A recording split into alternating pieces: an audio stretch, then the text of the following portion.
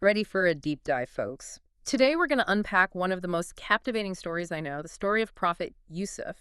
You might know him as Joseph. Yeah, a story for the ages for sure. It's a wild ride. I mean, from beloved son to betrayal and slavery and even prison, but And you know what makes it even more interesting? We're looking at it through this really cool YouTube video that looks at not just what happened to him, but how divine will and human choices kind of play out through it all. exactly. So it's not like he's just going through the motions of some preordained life. No, no. It's how he navigates these crazy twists and turns and like how his choices, even with, divine guidance, shape his path. And hold on, because it gets even crazier, we're actually gonna look at a mistake Yusuf makes that makes God angry. So Yeah, that's a big one. yeah, Really makes you think about faith and free will, even for a prophet. it does. Okay, so rewind back to Yusuf's early years. He's just a kid when he has this prophetic dream, but it's like so vivid. Imagine seeing 11 stars, the sun and the moon all bowing down to you. Whoa, that's not your average childhood dream. Mm. But his father, Prophet Yaqub, he knew this wasn't just some random dream. He knew it was huge, that it foreshadowed Yusuf's future.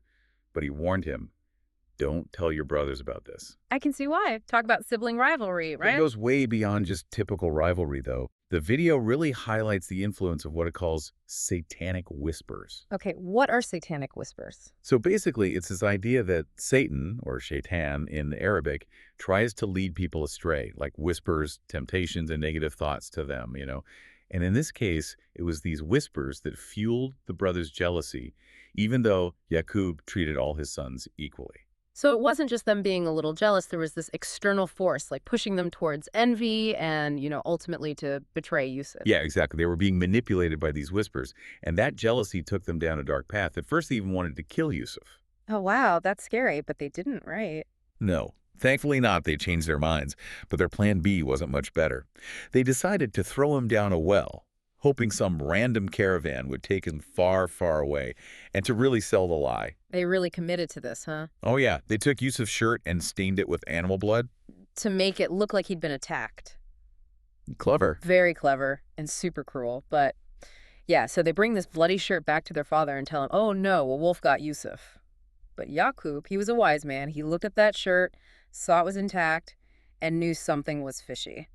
It's amazing even in his grief, he sees through their lies. But what about Yusuf, all alone down in that well? Well, this is where things get interesting. Instead of just random chance, the video talks about a specific divine intervention. Like a miracle. Yeah, like a miracle. So this caravan is passing by, and they unexpectedly change course, and guess what? They find Yusuf. Wow, it's like destiny. Absolutely. Yeah. And to reassure Yusuf, God reveals to him that one day his brother's treachery will be exposed. Talk about a promise of justice. It's like a glimmer of hope in all this darkness, but so he's rescued. What happens next? Where do they take him? Well, they take him to Egypt and sell him to, get this, a high-ranking official, the Aziz. Okay, who's the Aziz? Think of him like a vizier, Yeah. like a top advisor to the pharaoh. So from the bottom of a well to living in a palace, what a change, right? Talk about a contrast, but, being in a position of power, even as a servant, can be dangerous too. I mean, look what happened with his brothers. You're hitting on a key point here. It's not just about what happens to him, but also what's going on inside. So the Aziz and his wife are like super fond of Yusuf, treat him like a son. But as Yusuf gets older, grows into this handsome young man, things start to change, especially with the Aziz's wife. Uh-oh, I see where this is going, those satanic whispers again. Bingo, they're back. The source says the wife becomes infatuated with Yusuf, and those whispers, they're influencing her. She starts making advances, first subtly, then it gets more and more obvious. But Yusuf, he's guided by his faith and his loyalty to the Aziz, so he resists every time. Man, that's going to be so hard. How do you say no to the wife of the guy who basically owns you? It really shows his character, right? He refuses to betray the trust the Aziz has placed in him. But the video doesn't hold back. It paints a pretty vivid picture of how persistent this woman is. There's even this scene where she locks all the doors, determined to get her way with him. Oh, wow, this is intense. So how does Yusuf get out of that? So it seems like he might give in, but then his faith kicks in. It's like something snaps him back to reality, and he tries to run. And bam, at that exact moment, the Aziz walks in. Oh no, talk about bad timing. You said it, it's a tense moment. The Aziz sees his wife clinging to Yusuf, his garment is torn, and he instantly jumps to the wrong conclusion. I can only imagine what he was thinking. Did the wife try to explain? She did, but not how you might expect. To save herself, she immediately accuses Yusuf of attacking her. What? Can you believe that? Classic blame shifting, right? But thankfully, there's someone else there, a wise relative of the Aziz, and they notice the tear in Yusuf's garment, which clearly shows he was the one trying to escape. It's like a detective novel or something. So was Yusuf cleared of everything then? Well, the truth's out there, but it's not that simple. The Aziz, even though he sees the evidence that his wife lied, he decides to just hush the whole thing up. He cares more about his reputation than the truth. Sadly, yes. And as you can imagine, this creates a whole new set of problems. I mean, the rumors alone must have been terrible. Oh, absolutely. And the wife, she doesn't give up. She keeps making advances, and the gossip spreads like wildfire through the elite circles of Egypt. Yusuf, despite doing nothing wrong, his reputation's tarnished. He can't catch a break. This is heartbreaking, but does the truth ever come out? It does, but in the most unexpected way. The Aziz's wife, she's fed up with all the gossip, and she wants to prove everyone wrong, show that anyone would be tempted by Yusuf, so she throws this big fancy feast for all the women who had talking about her. A feast? That doesn't sound like a confrontation at all. Ah, but here's where it gets interesting. She gives each woman a sharp knife and asks them to peel citron fruit. And citron fruit, well, let's just say it's not easy to peel without a knife. I'm sensing a trap here. Good intuition. So they're all concentrating on peeling this fruit, and then she brings Yusuf into the room. Okay, yeah, now I see where this is going. You got it. The women, they're totally captivated by Yusuf. They're so distracted that they cut themselves, hands dripping with blood. They don't even realize it. That's crazy, but I can see how she uses this to her advantage. Exactly. She says, see, look how irresistible he is. Any woman would be driven to this. But as you can imagine, it backfires big time. How so? Did the women finally see through her lies? Not exactly, no. They become even more obsessed with Yusuf, and instead of blaming him, they pressure the Aziz to do something drastic. They demand he be imprisoned. What? So instead of clearing his name, this whole thing lands him in jail. Yeah, a truly cruel twist of fate. He's pious, resists temptation, tries to do what's right, and he ends up behind bars. This is a huge cliffhanger. He goes from favored to unjustly imprisoned. What's going through Yusuf's mind at this point? Well, we'll have to say that for part 2 of our deep dive. But trust me, this is just the beginning. Yusuf's journey is full of even more twists and turns, and it explores themes of forgiveness, redemption, the whole 9 yards. So we're back, diving deeper into the story of Prophet Yusuf. Last time, remember, we left him facing this huge injustice, imprisoned for something he didn't do. You gotta wonder, after all those trials and tribulations, did his faith waver at all? Right, that's the question, isn't it? Like, what happens to our faith when things get really rough? But here's where Yusuf's story gets even more profound. Remember that concept of tawakkul we were talking about, like complete reliance on God? Well, Yusuf's time in prison really becomes a test of this. It's interesting, though, because you'd think after all that, someone would hold on to their faith even tighter. Yeah, you'd think so, right? But what we see in this video is this pivotal moment where Yusuf actually makes a mistake. It's subtle, but it's significant. It reveals a crack in his tawakkul, you know? What kind of mistake are we talking about? What could a prophet even do wrong in prison? So remember those 2 prisoners Yusuf met? The king's cupbearer and the baker? Well, they both have these super vivid dreams, and Yusuf, with his gift for dream interpretation, he accurately predicts their fates. One will be freed, go back to the king's service, but the other, well, he's going to be executed. It's almost like those dreams were placed there on purpose to put Yusuf in this unique position. Exactly, and it's in this moment where he sees an opportunity, that Yusuf makes his mistake. He asks the cupbearer, the one who's going to be freed, to mention him to the king, hoping to get himself released. So it wasn't asking for help that was wrong, it was who he asked. You got it. Instead of relying solely on God, who'd saved him so many times already, he puts his hope in a human being. That shift, that reliance on someone else, it didn't sit well with God. It's subtle, but it's a huge point, right?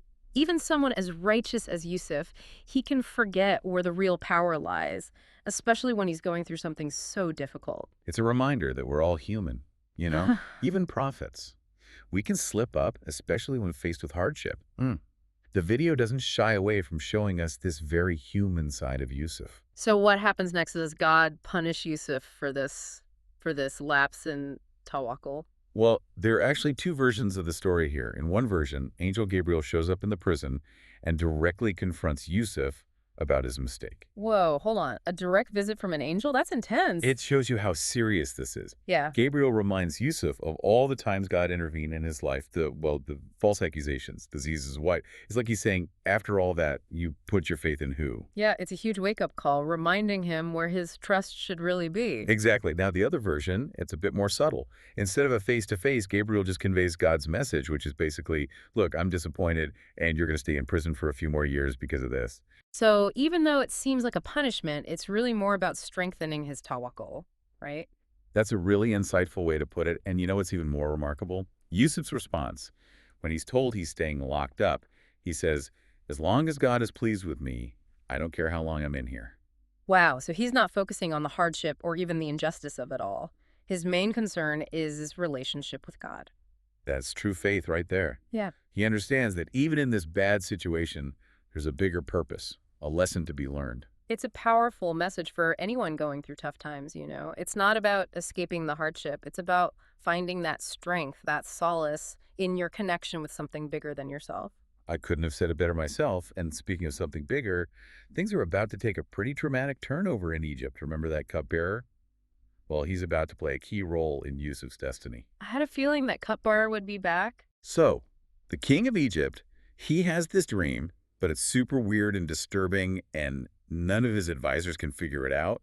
It involves 7 fat cows being eaten by 7 skinny cows, and 7 green ears of grain, and 7 withered ones. That's more like a nightmare than a dream. I wouldn't want to be the one trying to interpret that. And none of the king's wise men can either. They're totally stumped. Hmm.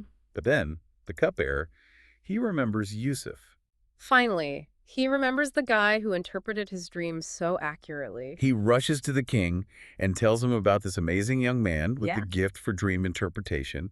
And the king, desperate for answers, he summons Yusuf from prison. This is it. This is his chance. But it's not just about impressing the king, is it? It's about using his God-given abilities for a bigger purpose. You're absolutely right. And Yusuf, he steps up to the plate, he listens to the king's dream, and then, inspired by God, he gives this incredible interpretation. So what does he say? What do the cows and grain actually mean? Well, Yusuf tells the king that Egypt is about to go through 7 years of abundance and prosperity. But then after that, there's going to be 7 years of terrible famine. The fat cows, they represent the good times. The skinny cows, that's the drought coming their way. And same with the ears of grain. So he's not just interpreting a dream, he's basically giving a prophecy. What does the king do with that knowledge?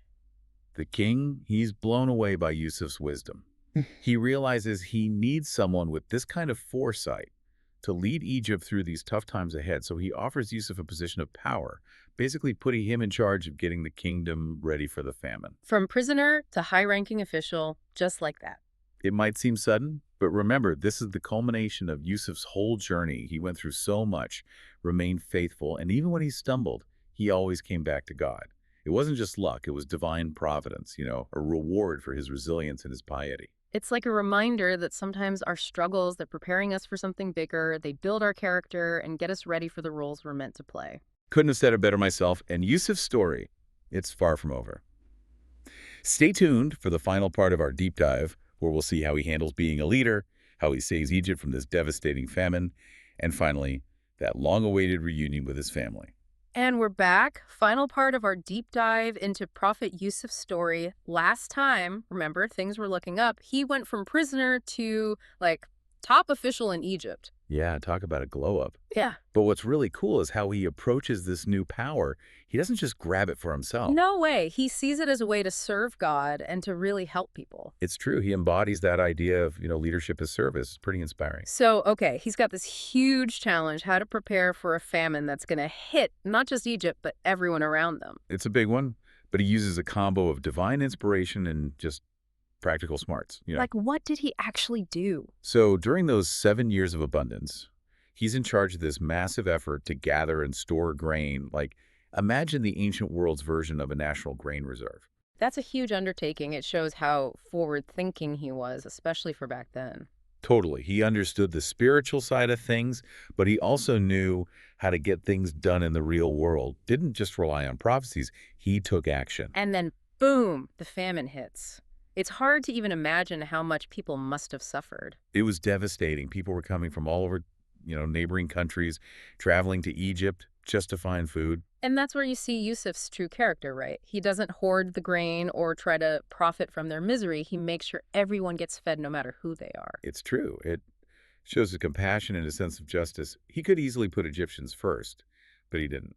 He lives out those values that were tested so much: faith, resilience, that deep sense of fairness. And then remember those brothers, the ones who betrayed him all those years ago. Oh, yeah, can't forget about them.